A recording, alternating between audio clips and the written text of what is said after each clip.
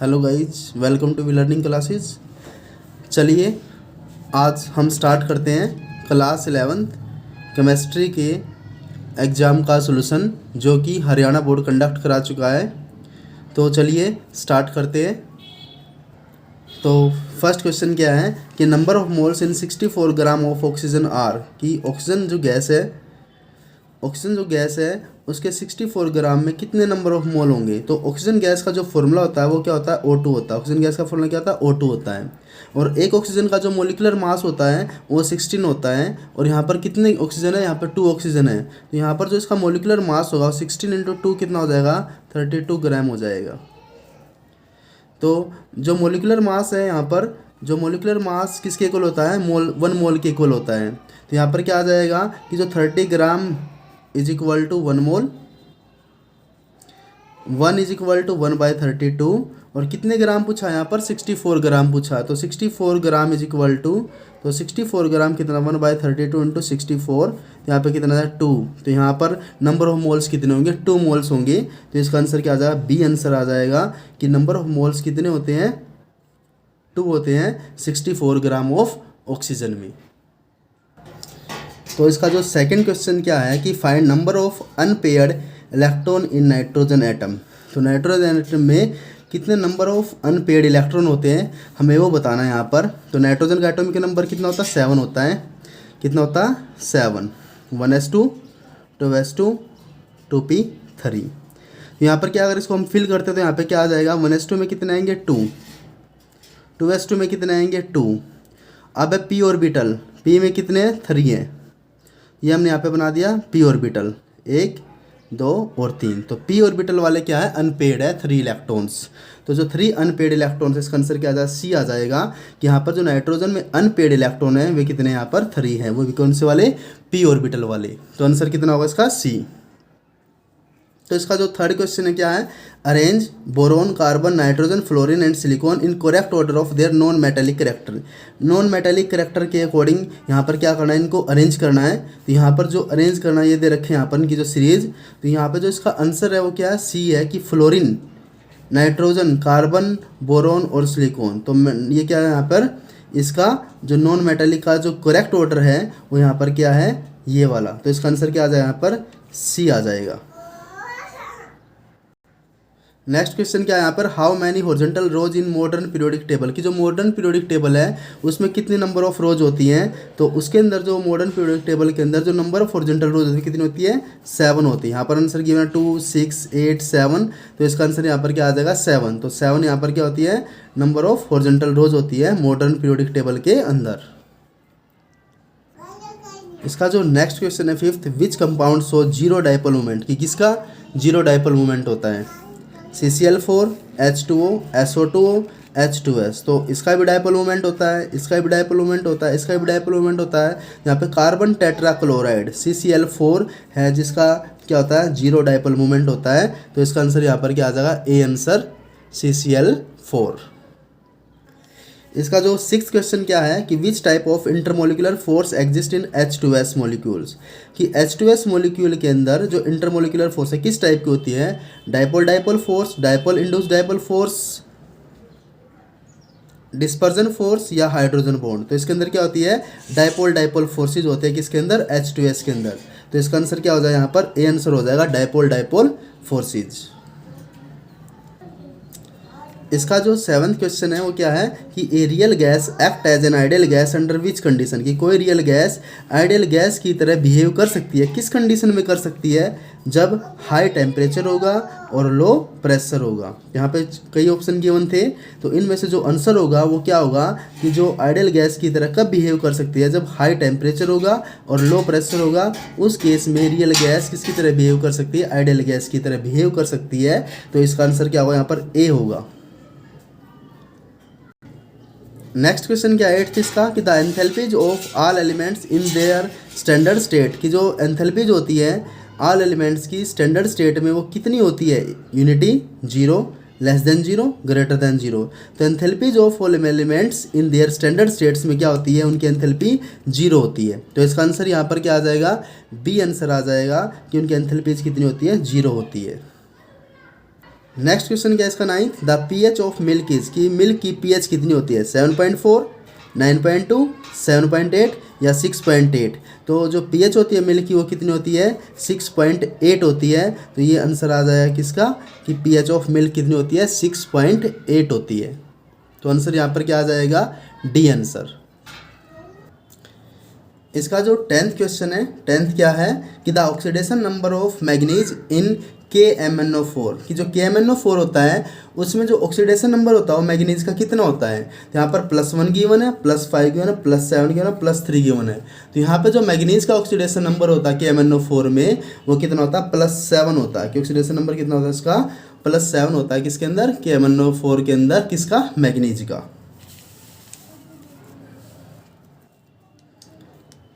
Next question क्या है इसका, जो 11th क्वेश्चन है यहाँ पर, कि the oxidation number of nitrogen in NO3 negative.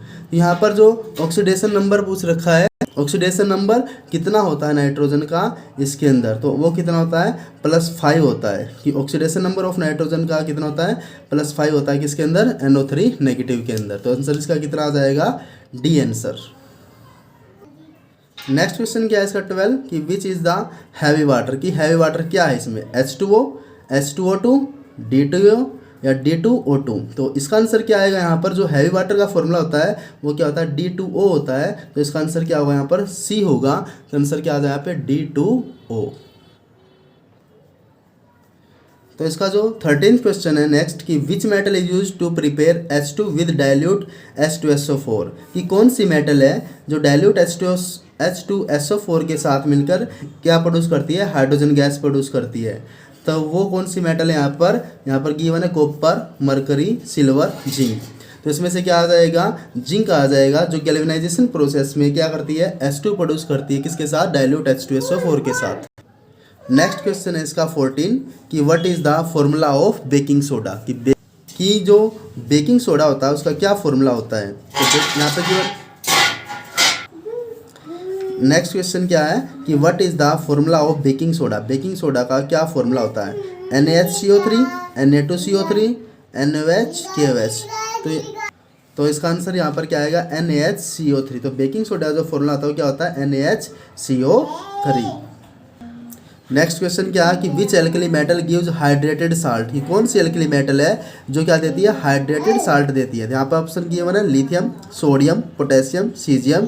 यहाँ पर जो एल्कली मेटल है लिथियम क्या देती है, हाइड्रेटेड साल्ट देती है। तो इसका आंसर यहाँ पर क्या आ जाए, ए आंसर आ जाएगा, लिथियम। तो इसका जो नेक्स्ट 16th क्वेश्चन है वो क्या है, कि thermodynamically the most stable form of carbon, कि जो मोस्ट स्टेबल ऑफ कार्बन क्या होती है थर्मोडायनेमिकली। यहाँ पे ऑप्शन कोल, ग्रेफाइट, फ्लोरेंस और डायमंड। तो इसका आंसर आएगा कि जो ग्रेफाइट होती है, ग्रेफाइट यहाँ पे क्या थर्मोडायनेमिकली मोस्ट स्टेबल फॉर्म होती है, किसकी, कार्बन की। तो यहाँ पे जो आंसर आएगा, बी आंसर आएगा, वो क्या है यहाँ पर, ग्रेफाइट। नेक्स्ट क्वेश्चन क्या है यहाँ पर 17, कि CnH2n is general formula of. तो इसका नेक्स्ट क्वेश्चन क्या है यहाँ पर, कि जो CnH2n is the general formula of, किसका जनरल फॉर्मूला होता है, एल्कीन, एल्केन, एल्काइन, एरिन। तो जो CnH2n होता है वो एल्कीन का जनरल फॉर्मूला होता है। तो आंसर क्या आ जाएगा, ए आंसर। अब है कि नेक्स्ट क्वेश्चन है 18th, कि heating a mixture of sodium benzoate with soda lime, कि सोडियम बेंजोएट को अगर सोडा लाइम के साथ क्या करते हैं, हीट करते हैं, तो हमें क्या मिलेगा, मीथेन, बेंजीन, इथेन, प्रोपेन। यहाँ पर 4 ऑप्शन गिवन है। तो इसके हीटिंग से हमें क्या मिलता है, यहाँ पर बेंजीन मिलती है हीटिंग से। तो इसका आंसर यहाँ पर क्या आ जाएगा, बी आंसर आ जाएगा। यहाँ पर क्या हो जाएगा, बेंजीन। नेक्स्ट है कि round up 10.4107 up to 3 significant figures, किसको 3 सिग्निफिकेंट फिगर, तो क्या करो, राउंडिंग ऑफ करो। तो राउंडिंग अप करेंगे तो यहाँ पर 3 सिग्निफिकेंट फिगर लेने हैं। अगर हम यहाँ पे करें 1 को, 0 को और 7 को रिमूव करते हैं तो हमारे पास क्या रहता है 10.4, और तीनों के तीनों यहाँ पर क्या सिग्निफिकेंट फिगर हैं। तो इसको अगर हम क्या करते हैं, इसको राउंड अप करते हैं, तो राउंड अप करने के बाद जो सिग्निफिकेंट फिगर होंगे वो कहाँ तक होंगे, 3 तक लेके जाने हैं। तो हम इसको क्या लिख सकते हैं, 10.4। तो यहाँ पर क्या आ जाएगा, 3 सिग्निफिकेंट फिगर। नेक्स्ट क्वेश्चन क्या है, which of the following species will have smallest size, किसका स्मॉलेस्ट साइज होता है, मैग्नीशियम, Mg2+, एल्यूमिनियम, एल्यूमिनियम 3+। तो यहाँ पर क्या होता है, इसने 2 इलेक्ट्रॉन लॉस किए इसलिए इसमें यहाँ पे क्या आ गया +2, इसने 3 इलेक्ट्रॉन लॉस किए यहाँ पे आ गया +3। इसका एटॉमिक नंबर 12 होता है, इसका एटॉमिक नंबर 11 होता है। तो यहाँ पर अगर चारों में जो स्मॉलेस्ट साइज है, यहाँ पर जो स्मॉलेस्ट साइज होगा वो किसका होगा, Al3+ का। यहाँ पर क्या आ जाएगा, Al3 पॉजिटिव। तो Al3 पॉजिटिव जो है उसका साइज क्या है, स्मॉलेस्ट है। तो इसका आंसर क्या आ जाएगा, Al3 पॉजिटिव। नेक्स्ट क्वेश्चन है 21 कि right general electronic configuration of S block element, कि जो एस ब्लॉक एलिमेंट है उनका एक जनरल फॉर्मूला लिखो यहाँ पर इलेक्ट्रॉनिक कॉन्फ़िगरेशन रिप्रेजेंट करने का। तो सारे के सारे एस ब्लॉक होते हैं, तो यहाँ पर NS122। तो यहाँ पर क्या आएंगे, इसका जो जनरल फॉर्मूला हो जाएगा क्या हो जाएगा, NS122। तो यहाँ पर इसका जनरल फॉर्मूला क्या आ जाएगा एस ब्लॉक एलिमेंट का, ये आ जाएगा यहाँ पर। नेक्स्ट क्वेश्चन क्या है, what is the Charles law, कि चार्ल्स लॉ क्या होता है। चार्ल्स लॉ क्या होता है कि हमारे पास जो आइडियल गैस इक्वेशन है PV = nRT, तो क्या होता है कि PV = 1 मोल के लिए RT। यहाँ पर क्या आ जाएगा, एट कॉन्स्टेंट प्रेशर पे, कि जो वॉल्यूम है वो directly proportional to temperature, volume is directly proportional to temperature at constant pressure. तो इसे हम क्या बोलते हैं, चार्ल्स लॉ बोलते हैं, कि volume directly proportional to temperature at constant pressure, और इस लॉ को क्या बोलते हैं, चार्ल्स लॉ। नेक्स्ट है 23 कि what is the constant in Boyle's law, कि बॉयल्स लॉ में क्या कांस्टेंट होता है, कि बॉयल्स लॉ में क्या कांस्टेंट होता है, बॉयल्स लॉ में टेम्परेचर कांस्टेंट होता है। और PV = क्या, अगर हम यहाँ पे क्या करेंगे, बॉयल्स लॉ में कांस्टेंट जो होता है वो टेम्परेचर क्या होता है, यहाँ पर कांस्टेंट होता है। एट कांस्टेंट टेम्परेचर पे क्या होता है, pressure inversely proportional to volume होता है। यहाँ पर कौन सी क्वांटिटी कांस्टेंट रहेगी, टेम्परेचर कांस्टेंट रहेगा। नेक्स्ट क्वेश्चन क्या है, what is the reduction process, की रिडक्शन क्या होता है। तो रिडक्शन प्रोसेस क्या होती है, जिसमें लॉस, या तो ऑक्सीजन लॉस होगा, लॉस ऑफ ऑक्सीजन, या addition of hydrogen, addition of hydrogen बोल सकते हैं, या गेन ऑफ इलेक्ट्रॉन। तो इस प्रोसेस को हम क्या बोलते हैं, रिडक्शन प्रोसेस बोलते हैं। नेक्स्ट क्वेश्चन क्या है 25 which is the oxidising agent of the following reaction, की इस रिएक्शन में ऑक्सीडाइजिंग एजेंट कौन है। Zinc + 2HCl gives to zinc chloride + H2O। तो इसमें से जो ऑक्सीडाइजिंग एजेंट क्या है, यहाँ पर जिंक है। तो जिंक यहाँ पर क्या है, ऑक्सीडाइजिंग एजेंट है। तो यहाँ पर इसका आंसर क्या आ जाएगा, जिंक क्या है यहाँ पर ऑक्सीडाइजिंग एजेंट है। नेक्स्ट है 26 कि why are alkali metal not found in nature, कि ये नेचर में क्यों फाउंड नहीं होती। सबसे पहले तो जो एल्कली मेटल होती है वो क्या होती है, जो एस ब्लॉक एलिमेंट होते हैं उन्हें हम क्या बोलते हैं, एल्कली मेटल बोलते हैं। क्या बोलते हैं, एस ब्लॉक एलिमेंट को हम क्या बोलते हैं, एल्कली मेटल बोलते हैं। और ये क्या होती है, अनस्टेबल होते हैं। ये क्या होते हैं, अनस्टेबल होते हैं, और क्या करते हैं, फास्टली रिएक्ट करते हैं, fastest react with other by losing electrons. Electron को लूज करके क्या करते हैं, फास्टेस्ट रिएक्ट करते हैं अदर के साथ। तो वहाँ पे क्या होगा, कंपाउंड बना देंगे। तो इसलिए यहाँ पर क्या होता है, ये कभी भी नेचर में फाउंड नहीं होती, क्योंकि अनस्टेबल होती है और किसी अदर के साथ क्या करती है, फास्टली रिएक्ट कर सकती है बाय लॉस ऑफ इलेक्ट्रॉन। तो इसलिए कभी भी जो एल्कली मेटल होती है not found in nature. Next question क्या है 27 कि 1 मिलीग्राम में कितने किलोग्राम होते हैं। सबसे पहले तो मिलीग्राम से हमें पता है कि 1 किलोग्राम में कितने ग्राम होते हैं, 1000 ग्राम होते हैं। और 1 ग्राम में कितने होते हैं, कि जो 1 ग्राम होता है वो 1/10³ किलोग्राम के इक्वल होता है। लेकिन यहाँ पे ग्राम से किलोग्राम नहीं, यहाँ पर मिलीग्राम से ग्राम बनाने। तो सबसे पहले मिलीग्राम से हम ग्राम बनाएंगे। तो 1 मिलीग्राम में कितने ग्राम होते हैं, 1/10³ ग्राम होते हैं।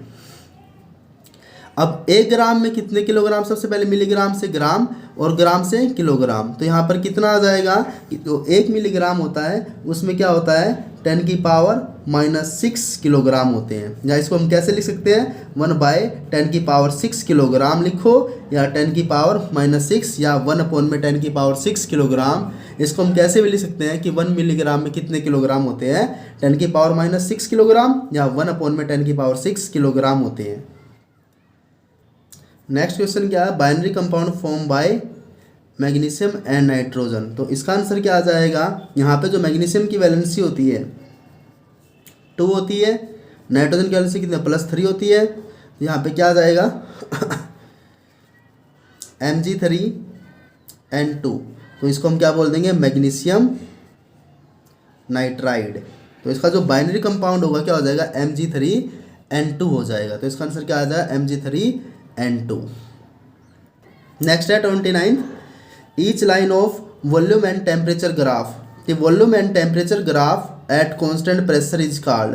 प्रेशर कांस्टेंट है तो हर एक लाइन को हम वॉल्यूम टेम्परेचर ग्राफ में एट कांस्टेंट प्रेशर पर हर एक लाइन को क्या बोलते हैं हम, यहाँ पर हम हर एक लाइन को कि जो each line of volume temperature graph at constant pressure constant, तो हम हर एक लाइन को क्या बोलते हैं, आइसोबार्स बोलते हैं। यहाँ पर क्या आ जाएगा, आइसोबार। नेक्स्ट क्या, in a reaction donor of electrons called. कि जो इलेक्ट्रॉन को डोनेट करता है उसे हम क्या बोलते हैं, रिड्यूसिंग एजेंट बोलते हैं। क्या बोलते हैं, रिड्यूसिंग एजेंट बोलते हैं। तो इसका आंसर क्या आ जाएगा कि डोनर ऑफ इलेक्ट्रॉन्स हम क्या बोलते हैं, रिड्यूसिंग एजेंट्स बोलते हैं। नेक्स्ट क्वेश्चन क्या है कि कॉपर सल्फेट 5H2, कि जो कॉपर सल्फेट 5H2 में number of coordinated bonded water molecules बताने हैं यहाँ पर। वैसे तो अगर फॉर्मूले के अकॉर्डिंग तो हमें यहाँ पर वाटर मॉलिक्यूल कितने दिखाई दे रहे हैं, 5 दिखाई दे रहे हैं। लेकिन यहाँ पर जो number of coordinate bonded water molecules यहाँ पर कितने होते हैं, 4 होते हैं। तो 1H2 कहाँ पे होता है, हाइड्रोजन बॉन्डेड होता है किसके साथ, कॉपर सल्फेट के साथ। कि जो 1H2O मॉलिक्यूल होता है वो क्या होता है, हाइड्रोजन बॉन्डेड होता है किसके साथ, कॉपर सल्फेट के साथ। तो कितने बचे, 4 बचे। तो number of coordinated bonded water molecule कितने होते हैं, यहाँ पर 4 होते हैं। किसमें, कॉपर सल्फेट 5H2O में। नेक्स्ट क्वेश्चन क्या है कि ग्रुप 15, 16, 17 हाइड्राइड्स को हम क्या बोलते हैं। तो जो 15, 16 और 17 ग्रुप के जो हाइड्राइड्स होते हैं उनको हम क्या बोलते हैं, पिंक्टोजन्स बोलते हैं। क्या बोलते हैं, पिंक्टोजन्स। तो इसका आंसर क्या आ जाएगा यहाँ पर, पिंक्टोजन्स। नेक्स्ट है 33 कि Na2O में सोडियम का what is the oxidation state of sodium in Na2O। कि Na2O में सोडियम की कितनी ऑक्सीडेशन स्टेट होती है। तो Na2O की जो ऑक्सीडेशन स्टेट की होती है कितनी होती है, तो यहाँ पर सोडियम के निकालने हैं, कितने सोडियम में 2 है तो 2x, ऑक्सीजन में कितना होता है -2 is equal to 0, 2x is equal to 2 और x इज इक्वल टू कितना आ जाएगा 1। तो यहाँ पर जो ऑक्सीडेशन स्टेट होती है सोडियम की वो कितनी होती है, यहाँ पर 1 होती है। नेक्स्ट क्वेश्चन है 34 कि ग्रुप 2, ग्रुप जो सेकंड है, बेरिलियम, मैग्नीशियम, कैल्शियम, स्ट्रोंशियम और बेरियम, इन सभी को हम क्या बोलते हैं, इन मेटल्स को हम क्या बोलते हैं, अल्केलाइन अर्थ मेटल्स बोलते हैं। तो इसका आंसर क्या आ जाएगा, alkaline earth metals. Next question है 36 कि calculate the molarity of KOH। KOH की क्या निकालनी है, मोलैरिटी कैलकुलेट करनी है by dissolving its 5.6 gram in water to form 250 ml of solution. कि 250 ml सोल्यूशन बन जाएगा जब हम डिजोल्व करते हैं 5.6, इसकी जो अमाउंट है कितनी 5.6 ग्राम क्या KOH किसमें 250 ml ऑफ सोल्यूशन में। तो सबसे पहले यहाँ पर मोलैरिटी का फॉर्मूला, सबसे पहले हम यहाँ पे क्या करेंगे, KOH का क्या निकालेंगे, मोलिकुलर मास। KOH का मोलिकुलर मास कितना होता है, तो सोडियम, ये क्या पोटेशियम का जो मोलिकुलर मास 39, ऑक्सीजन का कितना होता है 16, हाइड्रोजन का कितना होता है 1, इनको ऐड करेंगे तो कितना आ जाएगा यहाँ पर 56 ग्राम। तो इनका जो KOH का जो मोलिकुलर मास होता है वो कितना होता है 56 ग्राम होता है। अब हमारे पास जो मोलैरिटी का फॉर्मूला होता है, मोलैरिटी का जो फॉर्मूला था क्या होता है, गिवन वेट अपॉन में मोलिकुलर वेट इनटू में 100, 1000 और वॉल्यूम ऑफ सॉल्यूशन। तो ये किसका फॉर्मूला आता है, मोलैरिटी का फॉर्मूला आता है। तो यहाँ पर गिवन वेट कितना है 5.6, गिवन वेट हमने पुट किया यहाँ पर 5.6, मोलिकुलर वेट कितना यहाँ पर 56 इनटू में 1000 अपॉन में कितना आ जाएगा 250। तो 250 को 1000 पे कट किया तो 4, यहाँ पर डेसिमल हटा, इसको डेसिमल को हटा देंगे, यहाँ पर क्या आ जाएगा 10 की 0, यहाँ पर कितने पे गया 10 पे, और 4 को हम डिवाइड करते हैं 10 से तो कितना आ जाएगा 0.4 मोल पर लीटर या 0.4 एम। तो इसकी मोलैरिटी कितनी आ जाएगी 0.4 मोल पर लीटर। नेक्स्ट क्वेश्चन है इसका 37, calculate frequency of radiation having wavelength कितनी 5800 एंगस्ट्रॉम। तो सबसे पहले जो वेवलेंथ होते हैं उसको मीटर में कैलकुलेट करते हैं। तो यहाँ पर किस में गिवन है एंगस्ट्रॉम में गिवन है। तो सबसे पहले हम क्या करते हैं वेवलेंथ को हम लैम्बडा से रिप्रेजेंट करते हैं। तो लैम्बडा इज इक्वल टू यहाँ पर जो 5800 था एंगस्ट्रॉम उसको मीटर में चेंज करेंगे और मीटर में चेंज करने के लिए हम किससे मल्टीप्लाई करते हैं 10⁻⁻10 मीटर। तो ये किस में कन्वर्ट हो जाएगा एंगस्ट्रॉम के लिए हमने क्या पुट किया 10⁻⁻10। तो वेवलेंथ हमारी क्या आ गई हमारे पास ये। और जो फॉर्मूला होता है वो फॉर्मूला क्या होता है C is equal to lambda nu होता है। C is equal to lambda nu. C यहाँ पर क्या होती है वेलोसिटी ऑफ लाइट, लैम्बडा यहाँ पर वेवलेंथ, न्यू यहाँ पर क्या होती है फ्रीक्वेंसी। और हमें क्या कैलकुलेट करनी है यहाँ पर फ्रीक्वेंसी कैलकुलेट करनी है। तो फ्रीक्वेंसी का फॉर्मूला क्या हो जाएगा यहाँ पर, तो फ्रीक्वेंसी का फॉर्मूला क्या होता है C/लैम्बडा। तो C कितना होता है वेलोसिटी ऑफ लाइट कितनी होती है 3 × 10⁸ मीटर पर सेकेंड होती है। और वेवलेंथ हमारे पास कितनी है 5800 इंटू में 10⁻⁻10 मीटर। अब यहाँ पर इसको हम सोल्व करेंगे यहाँ पर। तो सोल्व करने के बाद यहाँ पर कितना आ जाएगा यहाँ पर 2 0 से कैंसिल करेंगे 10⁻6 रहेगी यहाँ पर। यहाँ पर कितना आ जाएगा 3 × 10⁻6 इसको ऊपर लेके जाएंगे तो 10 की पावर कितनी हो जाएगी यहाँ पर 16 हो जाएगी। अपॉन में कितना आ जाएगा 58। अब यहाँ से 16 की 2 0 इसके साथ लगा देंगे यहाँ पर 300 हो जाएगा 10⁻14 हो जाएगा अपॉन में 58। अब 300 को जब 58 से डिवाइड करते हैं तो कितना आ जाएगा 5.17 और पावर कितनी थी यहाँ पर 10 की पावर,